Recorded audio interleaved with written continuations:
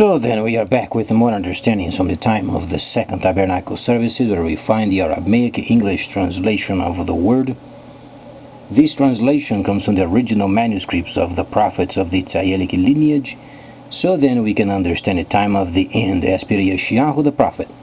We find layers of understanding of the spring feast, the autumn feast, and also the returning of the cities of the Messiah laid waste for many centuries. As we read then Yeshayahu the prophet, we find the layers then related with the time of the spring feast, found in Leviticus the 23rd chapter, and also autumn feast, found in the 23rd chapter of Leviticus. And then during this time, we then study the existing events going on in the world. It is extremely important then advising Egypt of the importance of this country related with the holy instructions. We read then in Daniel, there is a specific understanding regarding Egypt receiving arms from the Soviet Union and then doing their duty and then stabilizing Egypt and then helping the sons of Ishmael, the very place and time where they came from. Hagar was an Egyptian mate, and she had a son with Ibrahim.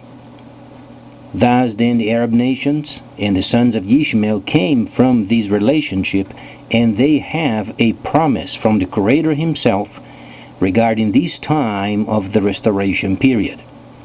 Restoration, what is then? What does it mean? Simply the restoration firstly of the holy cities and then of trade.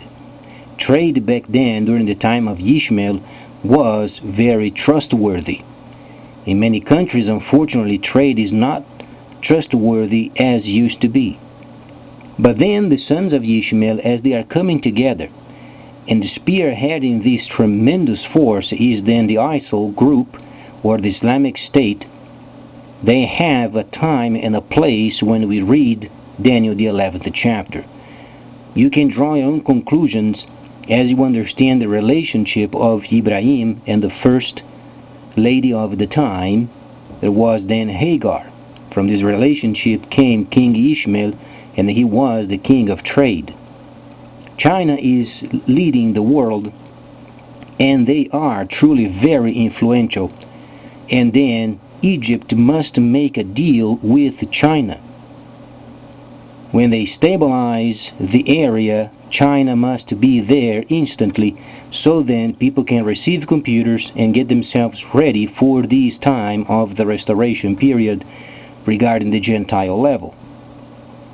Well, let's then evaluate a bit further what then gives the 100% surety of this new time and the season regarding then the sons of Ishmael or then the Islamic State. What it does give 100% surety is crude oil. The Arab nations already then, at least the Saudis at this time, they are prepared of then having oil sold at lower price. This is going to bring a stabilizing situations at this time where then the Arab nations they do not have.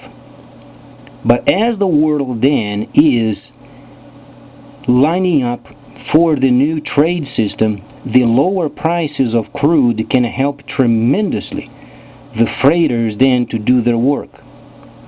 Thus then the Arab nations, being also the sons and daughters of Hagar and Ibrahim, then we understand why they should have this second transition exclusively made for them. As far as the West, they must work diligently in order to make and then in order to produce what they can then to have a place in the market of the world. Truly, not every product is going to be purchased via the Chinese system, but the basics, they shall to be available for a very reasonable price. And then, as we then turn to the holy instructions, we find then the Messiah himself. He is the very prime example of the entire prophecies. We find him explaining these situations to his people, explaining the situations even to Gentiles. As we then read what he said, should we be then concerned with what's coming in the future? Yes, we should. But as far as the word restoration, the nation, as long as they take the first step on a path set by Daniel the 11th chapter, the rest of it comes in a natural way. The byproduct of obedience is understanding. As they obey the first step, then the rest of the understandings, they come as the time then lets. As we read then, for instance, the 24th chapter of Matthew, what was then the very important topic in the mind of the Messiah? Firstly, we understand the Messiah did not speak of Ruach HaKodesh. Have you observed it? Have you noticed it? Prior of this time, of explaining why the Messiah did not mention of Ruach HaKodesh, we should understand what's going on with the United States at the moment. Great country, but unfortunately involved with so many wars, so many conflicts, and then the families of military people are again bearing the burden of this stupidity of going front wars and over again. But be sure of it, Mr. Romney from the last election is coming back, and he has absolutely the utmost important objective of then being the President of the United States, and then obviously coming up with a plan of a very realistic budget so the United States can live within its means. Because at the time that we are at the moment, the printing money festival is going on day and night. And at some point this is going to have a negative outcome coming from it, because then at some point the economy must be balanced. So you have a couple of more years of dealing with this situation until Romney has a great chance of becoming the new president, then can organize the country. So then, as far as the Middle East, it's an absolute waste of resources, though some of these campaigns are, in the eyes of the West, very important. But as we understand why then the sons of Ishmael are then having this forward motion, we should then understand the 11th chapter of Daniel, because we are during the time of the restoration, and the stick of authority then prophesied by Ezekiel.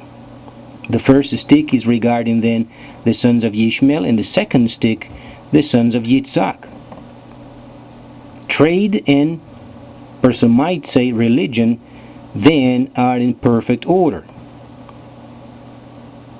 Reading from the Holy Instructions, we find then, for instance, the 24th chapter of Matthew. So what went on during this time? The Messiah then, he spent time with his people during the time of the completion of the spring feast. But the Messiah's objective was then understanding the 23rd chapter of Leviticus, and then making sure the people would understand the importance of his death on their behalf. And this was a big problem during the time of the Messiah, because they were so caught up in money, and God equals money, that the Messiah sometimes had to retrieve himself, and he was up on a mountain praying, because the people was not going to have his death as salvation for themselves. So then, why do we then, while reading the 24th chapter of Matthew, why can we find Ruach HaKodesh? Because Ruach HaKodesh is not the center of the conversation. Should he be? Absolutely. We can do nothing without the guideship of Ruach HaKodesh. So why then was he not involved in this? Very simply, the word is money. Why then the disciples wanted to have himself becoming the next king? Because they knew he would do what then Shimon or Solomon did during his time of reign in Israel. However, the Messiah did not go for it, because it wasn't the time. As he was explaining then these prophecies, then he gave at least a brief understanding what was going to take place in the future. That's why then Ruach HaKodesh wasn't mentioned, because they already started with a wrong understanding. First verse, and the Messiah went out of the temple to depart, and his disciples drew near and were showing him the construction of the temple. Oh boy, they already started with a wrong idea. The disciples themselves, they were there, they were thinking, well, let's go over there and show him that we can get the votes for him, and then he can become king. This is what they had in mind. As in a campaign, a political campaign, you would give then votes to a candidate. That's how they started as the conversation. And then the Messiah came, went out of the temple to depart, and his disciples drew near and were showing him the construction of the temple. Then the Messiah, prior of hearing any words from those disciples, he said, behold, don't you observe these? Prior of they themselves coming up with a great and huge idea of becoming the very first people of the disciples that would make him king. Then the Messiah himself, don't you observe these? Not a stone is going to be left upon another. So very precisely the very point they thought they're going to become people of the kingdom, then he spoke of the destruction of the temple.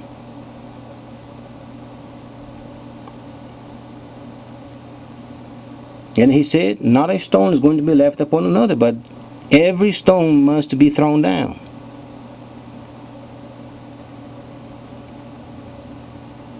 Then they went away. As they were then in the Mount of Olives, then his disciples drew near and were saying among themselves to him, so then give us the understanding of your coming and the sign of the time of the end. Then, if you do not want to have us then voting for you to become then the next king, to do then our bid on our behalf, then what is it then in the future? With this kind of tone, they spoke the situation. They were not excited of talking with him.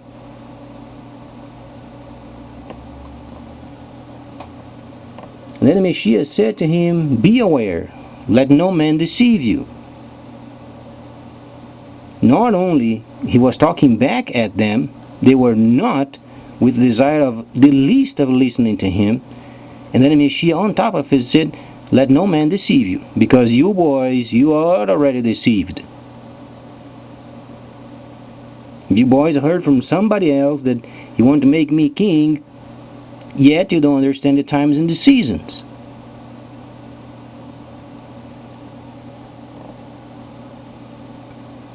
And then Messiah said, you are bound then to hear of wars and rumors of wars, and watch out, do not be disturbed, because this is not the time yet.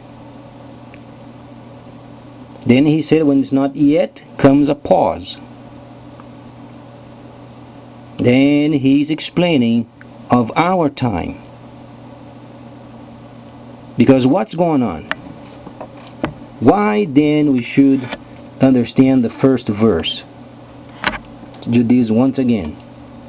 And the Messiah went out of the temple to depart, and his disciples drew near and were showing him the construction of the temple. Why were they so concerned with the construction of the temple? Because they were during the time when the Messiah came back from the dead, and it was the first year that they were together. So then the Messiah would explain to them each section of the holy instruction and what they should do every portion of the year. They were excited. They were very excited. There was a time of prosperity, a time of understanding, and they felt this strong sense of the times of the King of Solomon. So they came to him extremely excited, because the Messiah was the very center of the whole works. Then they came to him, and before they said a word, the Messiah said, don't you observe these? Not a stone is going to be left upon another. And they didn't understand why. They thought they were during the time of the kingdom of the Messiah. You know what the problem is? It was true. However, it should be in the spirit. They had the understanding in the earth. They wanted to have the promises of the Spirit for the future, yet they wanted at that present moment. And the Messiah said, no, every stone is going to be thrown down. And the people were kind of a bit, what's going on? There's so much prosperity going on around, and then he does not want to be part of it. But the Messiah knew what he was saying. He said, not a stone is going to be left upon another. Because the Messiah knew there was a prophecy of Daniel,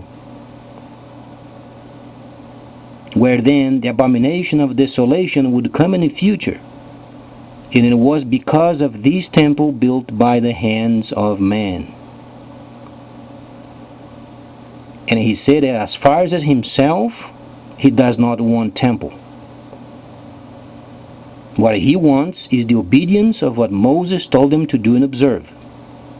Thus the tabernacling, the tent of the desert, as a model where then the Messiah himself is going to do his work from the same blueprint Yahweh his Father had done in the desert. Thus holy cities in many areas of this world, as per the instructions of Moses. People, however, they didn't understand the second tabernacle services. They thought the temple was then what? The first tabernacle service. And they were confused. But then the Messiah was so strong in what he was saying, they didn't even question him. He simply came out of their minds. And then they say, oh, then, so what is going on? What's going to be like you are coming then? And he began to explain. And he said, let no man deceive you first. You boys before it came, you had the wrong ideas in your mind.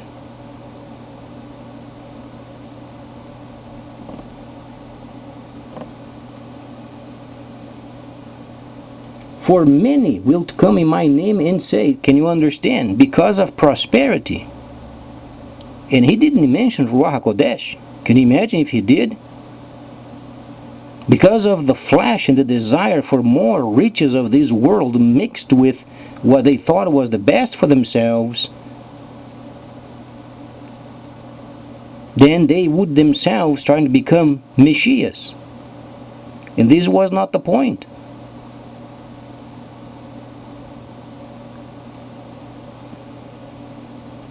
And many they will to deceive, for you are bound to hear of war, and rumors of wars, but time is not yet. When do we hear this situation coming from the reality of tabernacling on the land of Cush? We can expect the world being at peace for a time. Only for a time, for a short time. So the world is going to know what it's going to be like when the new government comes. This world is going to have a sample what's going to be when this earth then is refurbished.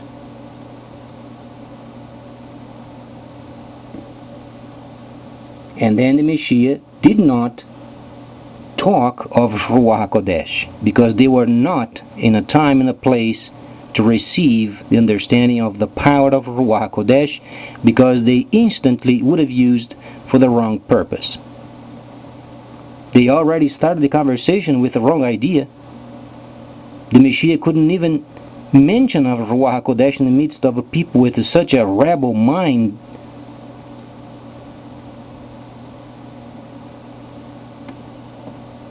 And then the Messiah at the end of it was only explaining what is going to be like when then the unbelieving Israel is involved with sacrifices. It is a time of misery, because it's an abomination that makes desolate. There is no salvation, neither pardon, when this institution then returns. And the Messiah was against it and warned them. Next time I'm going to study more of the influence of Ruach HaKodesh.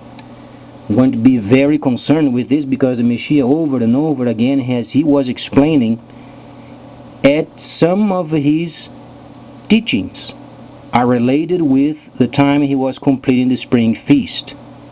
The other portion is related when he was a year with his people after he came from the dead. So I'm going to evaluate this more. The words of Messiah are always very precious, and we should then study more. So please stay tuned. Much more coming up.